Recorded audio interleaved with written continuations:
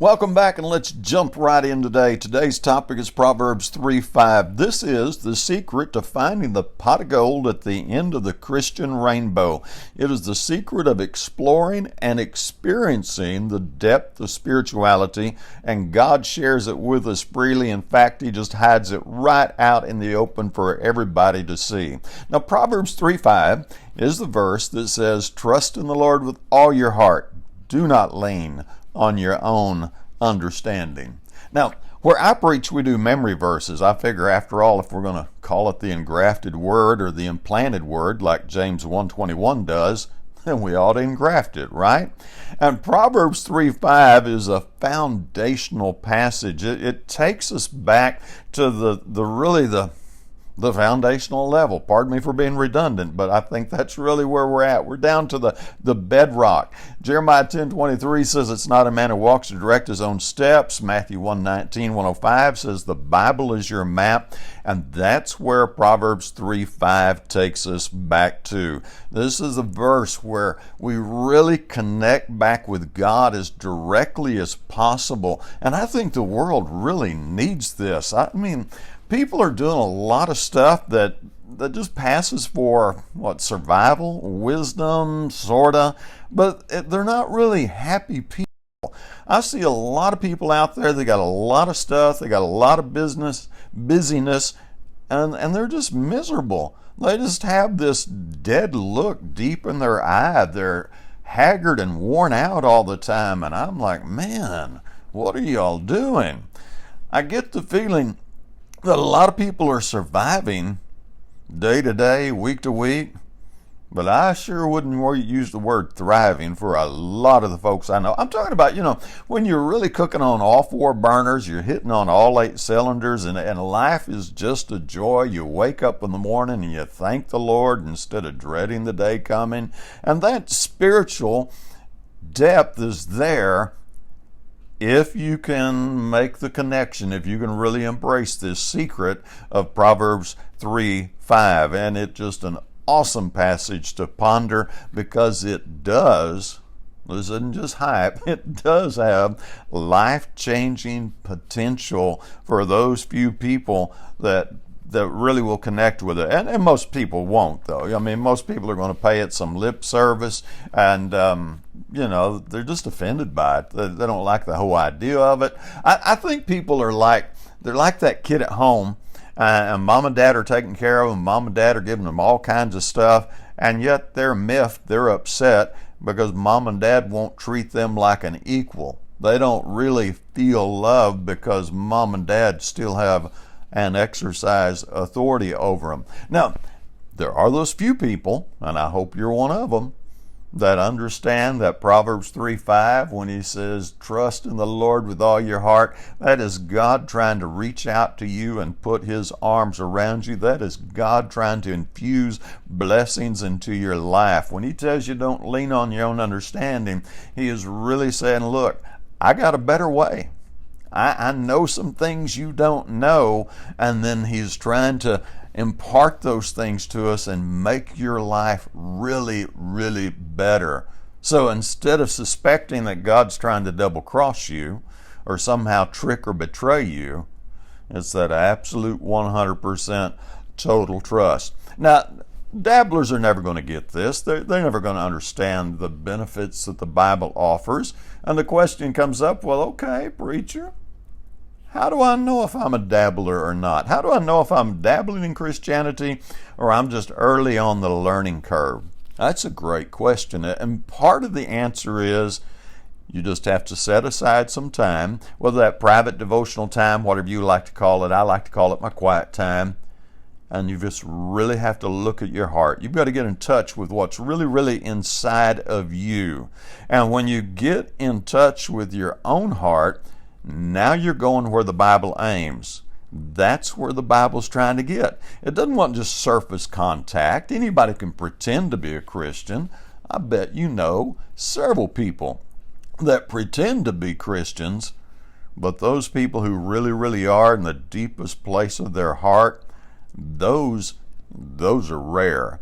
So you got a lot of shallow Christians out there. They don't even understand what I'm saying. They've never experienced the depths of spirituality. They've never really thought there was a pot of gold at the end of that spiritual rainbow. All they've been doing is paying their spiritual fire insurance. And you know how much it is to pay an insurance premium. That's no fun at all. And so there's a lot of folks, and this is really a tragedy. I wish I knew the magic words to say so that people would get past the ho-hum, mundane, routine part of Christianity and really discover that peace that passes understanding, or that abundant life that Christ talked about in John 10:10, or that love that surpasses knowledge that he talked about over in Ephesians 3 and 19. There is so much in there. But people won't let go and let God. That's where Proverbs 3:5 comes in. Lean on the Lord with all your heart. Don't trust your own understanding. You're going to mess it up. God knows what to do. Now, our role is to trust God. He's the coach. He's the leader. He's the authority. And let him do what he knows how to do. And now, when you look at Proverbs 3:5, and you start digging into it, what you see is it weaves through a lot of other passages. I think this is part of the genius of the Bible, is there is so much that's repeated in a lot of different ways from different angles. A lot of times God is saying the same thing in different words, and that'll click with one person. So I might have my favorite verse and it really just clicks with me, and you look at that same verse and you go, I don't get what you see in that verse. But then you have your verse that just warms your heart and makes you feel so good. And I look at it and go, well, I don't get that connection either. And that's where, again, that's the genius of the Bible. That's God coming in and going, look, I know everybody's different. And I'm after every single heart I can get. I want to hug everybody. I want to touch everybody's life. I want to bring them all home to heaven. And so we start looking at other verses and try to open up our mind, and you start seeing Proverbs 3:5 weave through a whole lot of verses. In fact, it's going to weave through more verses than I can even address in this podcast. There's just no way we can cover them all, because neither you or I want to do a marathon podcast. So our first stop as we take our little adventure here is 1 Chronicles 28:9. 1 Chronicles 28:9, this is where David tells Solomon to serve the Lord with his whole heart. Tells him that God understands the thoughts and intentions of the heart, and that if you'll seek God, you'll find him. Now, there's a whole lot in that verse. That would be an entire sermon or two. I want to point out about 4 things to you rather quickly, and that is, number 1, he says it's the whole heart and a willing mind. Look, you can't find that bubbling excitement of Christianity if it feels like you're being forced to do something you don't want to do. It just will never work. It has to be the whole heart, that willing mind. Otherwise, you stay at the shallow end of the pool, kind of dangle your toes in the water, and never get what it's about. Another analogy I use sometimes is the idea of somebody going to the amusement park. They pay $100 for their ticket. They get right inside the gate, and then they decide they're in far enough. They sit down, they quit, and they never do anything else with the park. Now that would be crazy, wouldn't it? And yet, that's what a lot of Christians do. They get just inside the gate of Christianity, and they sit down on the bench, and they never explore the depths of what's in there. I want you to explore the depths. I want you to find out the blessings that God has. I want you to discover some blessings that I haven't discovered, and then tell me about it. I want us to have that community that shares those things, so that we can say like David, I was glad when they said to me, let us go to the house of the Lord, because it is supporting that deep, joyful life. So that's kind of the first thing. You gotta want it. Really, really sincerely want it. Now, next is that God sees the secret places of our heart. And I mean, I'm talking about the places that only God and you can see. Nobody else can see it. And that, I always find that kind of interesting, because God already sees it. God already knows what's in your heart. He knows the deepest, darkest, most secret thought you've had. You might not even want to face the deepest, darkest, secret thought of your heart, but God already knows it's there. And so we're not talking about bringing some new knowledge to God. He knows everything. We're talking about us learning to face what's within ourselves so we can deal with it, process it, and get on the upward way, enjoy a better life, a better relationship with God, a deeper relationship with God, and that is the necessary step. And it just seems like so phenomenal to me that people won't go there in their own heart. And let me clarify, I'm not asking anybody to tell me anything. I just want this between you and God alone. That's it. But until you have the courage to go there and deal with the issues inside your own heart, unfortunately, you're going to be stuck at the shallow end. So that's number two. Now number three is if you'll seek God, you'll find Him. Now, what the passage says, if we seek Him, He will let us find Him. Now, I think that's exciting because that's why we're here. God put us on earth, created us to seek Him. Now go read Acts 17, 26 through 28. We won't go into it right now, but I'd love to. One of my favorite subjects is the purpose of life, and that's it, to seek God. It's God's joy to hide something and our joy to seek it out. That's Proverbs 25 and verse 2. So if you're seeking God, now you're doing what you were created to do, and that fact in and of itself, because you're on purpose, you're on target, you're doing what you were created to do, is just in and of itself going to generate some joy that people out there chasing stuff they weren't created to chase, they're never going to know it. And then finally, out of that Chronicles passage, he says, but if you forsake Him, He'll reject you forever. Now, I think that statement speaks for itself. So, Proverbs 3:5, trust in the Lord with all your heart, lean not on your own understanding, weaves through the Chronicles passage also when he says seek Him with a willing heart and open up your life to Him and go after God. That's kind of another angle, but it takes you a little deeper. Now the next stop I want to take is Joshua 24:15 for just a moment. Now this is just to kind of hit the quality of the presentation. I don't want to come across too judgmental. I mean, I think there's a way that's right, and I think it's wrong, and I think the Bible puts it there, but I'm not the judge. So I try to stand as much as I can with Joshua in Joshua 24:15, where he says, choose you this day who you'll serve. It's up to you who you serve. How you live your life and how you approach the judgment seat of Christ, that's all on you. Now, I highly recommend the Bible as your basis for doing it, but you get to approach Jesus in judgment any way you want to.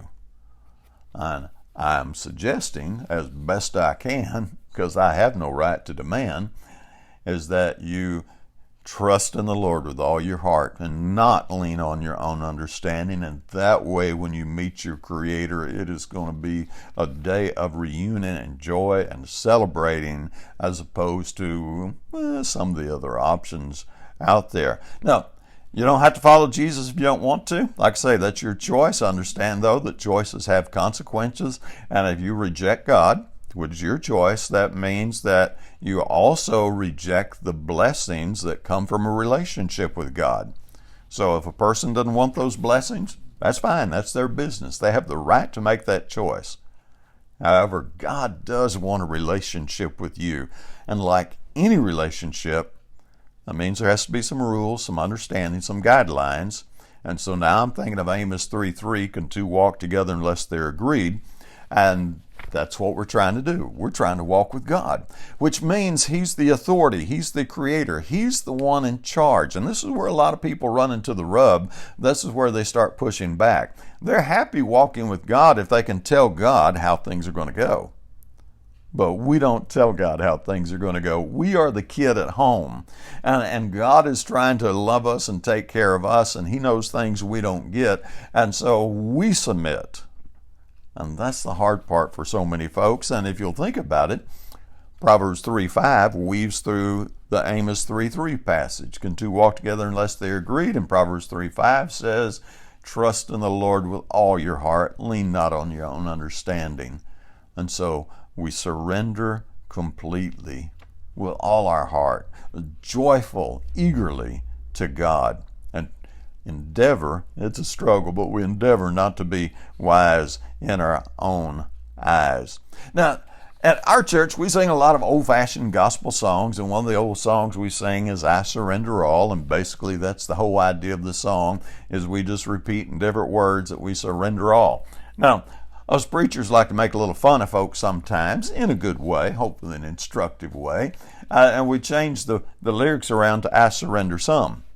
Because there are a lot of folks sitting on those pews, they'll sing that song from the bottom of their lungs, right? I surrender all.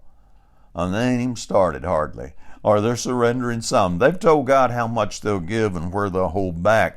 And that's not the concept of Proverbs 3:5 or that song, I Surrender All. When we discover the secret depths of Christianity, and they're really not secret, it's just nobody goes there, it's because we surrendered all. But few people go there. I mean, it's tough. And I'm not being mean when I say that. Jesus said, straight and narrow is the way, and few there be who find it. Now, you would never know Jesus said that looking at the modern religious community, because everybody has found the straight and narrow way, right? Everybody of every persuasion, of every lifestyle, of every imaginable religious ideology supposedly is going to heaven. And if you step up and say, no, they're not, then you're the bad guy for believing what Jesus said. Jesus said, straight and narrow is the way, and few there be who find it. But I'll guarantee you there'll be some people offended that I read that verse in this podcast because they don't agree with Jesus. That's the kind of nonsense we're up against. But you can find it. You can find that living water. Now, another verse we look at is Job 13:15. Because again, that's just Proverbs 3:5 worded in completely different words, which again is the genius of the Bible. So in Job 13:15, he says, though he slay me, yet will I trust him. And that's the attitude to have, that attitude that says, I don't care what I'm going through, I know God's got this, I know God knows better, I know I don't understand it, but I'm going to trust God. We're going to be kind of like a kid getting drugged to the dentist sometimes, and we don't want to go to the dentist, and we know that dentist is going to hurt, and he's going to put a needle in our mouth or gas on our face, and he's going to drill holes in our teeth, and there ain't nothing about any of that sounds good to me. And yet my mom and dad knew that it was the best thing. And in a healthy family, the child trusts the parent even when it's going a direction that's not going to be a lot of fun. That's what we're talking about. God's got this. I don't understand it. If I'd have designed life, I'd have done it different, and let's be honest, I'd have messed it all up, and you would have too. But God is better than we are, and he's got this figured out. So Job said, even though he slay me, yet will he trust me. We're all going to go through our valley of the shadow of death, like Psalms 23:4 talks about. Everyone has that. No one gets out of life alive. Everybody's going to deal with the death of loved ones, and everybody's going to deal with their own demise one day or another. And so the people that have discovered the secret, have understood the secret, have used the secret, and really that's the key, isn't it? Let me back up on that. Just because you've heard the secret, and you heard Proverbs 3:5, you've heard the secret, you may understand the idea, the concept of trusting in the Lord with all your heart. But now doing it's another thing. And it's those that use the secret, that have the mindset of Job, that have the Proverbs 3:5 mindset, those are the ones that can go through the valley of the shadow of death and not fear any evil, and they're comfortable and they're confident because they know that their God is with them. And of course, that takes us a little deeper when you look at it from either the Job 13:15 point of view or the Psalms 23:4 point of view. But we can take it a little deeper still. So we can go to 2 Corinthians 12, verse 8 through 10. And this is where Paul was in a bad spot. He didn't like it. Remember, he had the thorn in the flesh, and he wanted to get rid of it. And that's not wrong. When you have a thorn in the flesh and you want to get rid of it, you pray. That is what we're supposed to do. Anything you have on your mind, you don't be anxious about everything, but in everything by prayer and supplication, you talk to God about it. And then you trust Him when He makes His decision. So Paul's been talking to God. He's been trying to get rid of this thorn in the flesh. And God finally says, no, you need to keep this. Well, that's not the answer any of us wanted to hear, but that was the decision of God, that Paul needed to keep his thorn in the flesh. And so Paul, he's a big boy, he's grown up, he's mature, he's spiritually a man, and he says, therefore, I'm going to be content. I'm going to be content with weakness and insults and distress and persecutions and difficulties, because I understand when I'm weak, that's when Christ is the strongest. That's the secret of Proverbs 3:5. Trust in the Lord with all your heart. Don't lean on your own understanding. And if you can actually train into that, then you're one of the few. You're one of the very, very rare. If you're actually training to have the mindset of Job, where you can go through the tears, and you will cry. It's okay to cry. It's okay to weep. It's okay to sorrow and mourn. We're definitely not saying that Christians can never ever sorrow or mourn. Well, that would be absurd. The Bible says that we are to weep with those who weep, and it doesn't condemn those who weep. It just tells us to trust God, and we keep trusting God even through the tears. So, being like Job, trusting the Lord with all your heart, that means placing everything under the direction of the trust of God. I'm not second-guessing God. No, I'm hurting right now. I don't like this place. That's okay. But I know God knows what He's doing. Now, I'm going to weave into that Romans 12, verse 1 and 2, because I think, again, this is Proverbs 3:5, just stated in some totally different words, but at the base, it's the same idea. He says for us to present our bodies living sacrifices, and then in verse 2, he tells us to be transformed by the renewing of your mind. And that's it. We as Christians, we think different. We trust the Lord with all our heart, and we don't lean on our own understanding. And that's extremely challenging. We don't think like the world thinks. We think completely different. And that's hard, because our peers look at us and they think we're odd. And one of the things that we hate more than anything else on the earth is to be rejected by somebody else.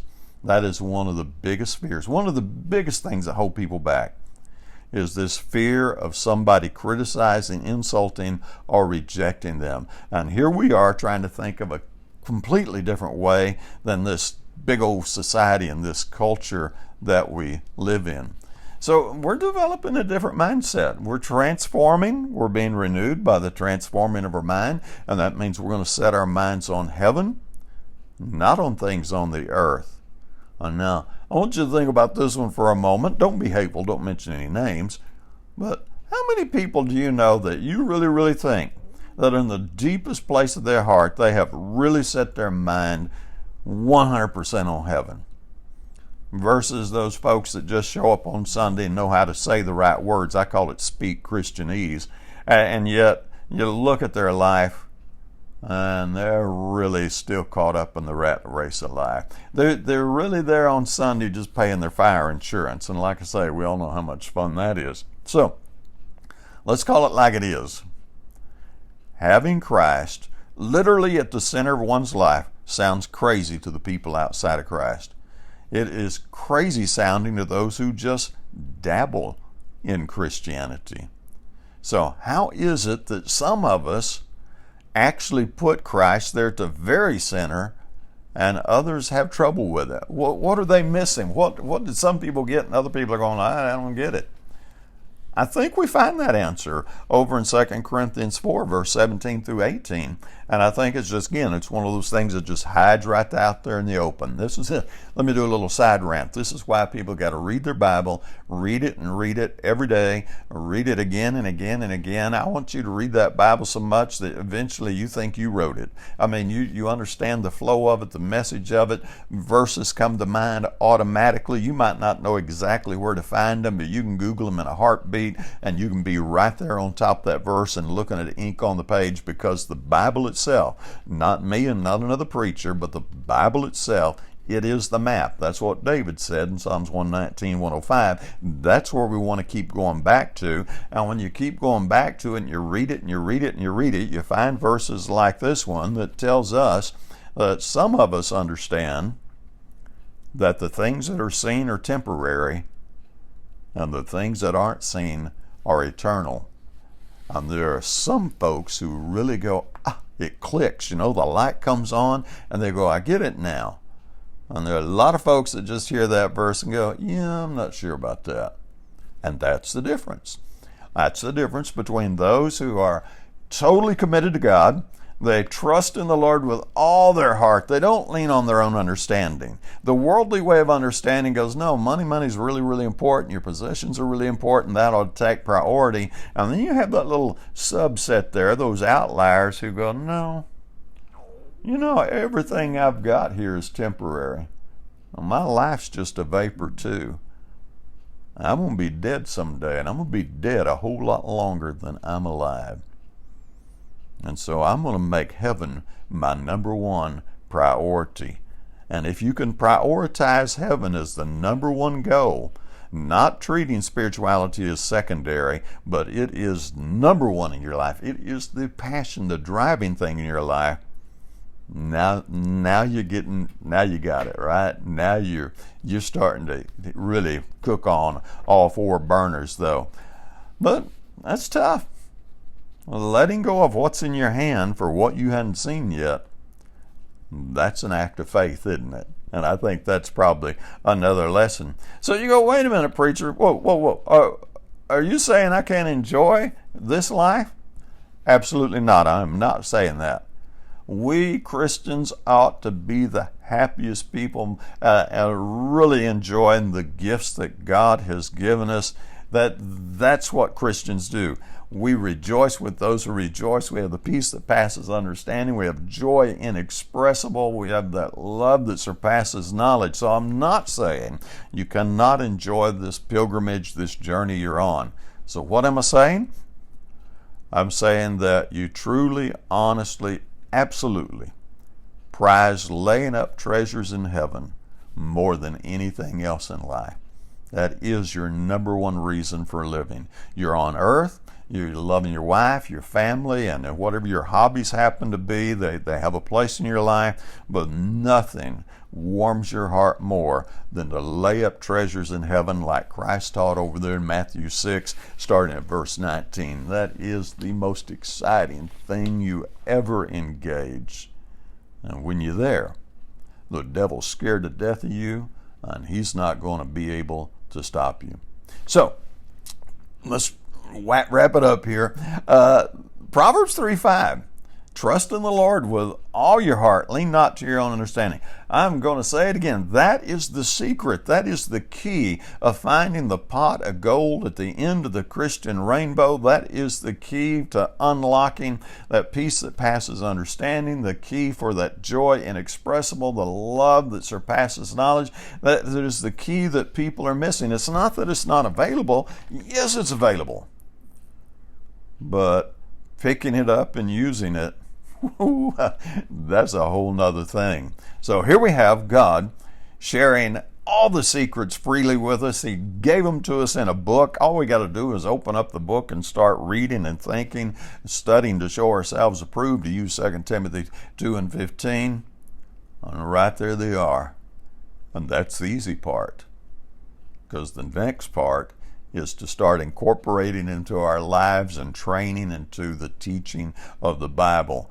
And that's the secret to living that life that just surpasses knowledge. I think it's a wonderful journey. I don't know. Won't get into personal stories right now, but I just think it's totally awesome. And I hope you're experiencing or learning to experience the wonder of this joy too. And if you've got some secrets to add to it, some insights or perceptions, just put them in the comments and let us all, we'll just have some community that grows together. So, I think this is enough for this presentation. So let me just wish you the best, and I hope, as always, you have a great day.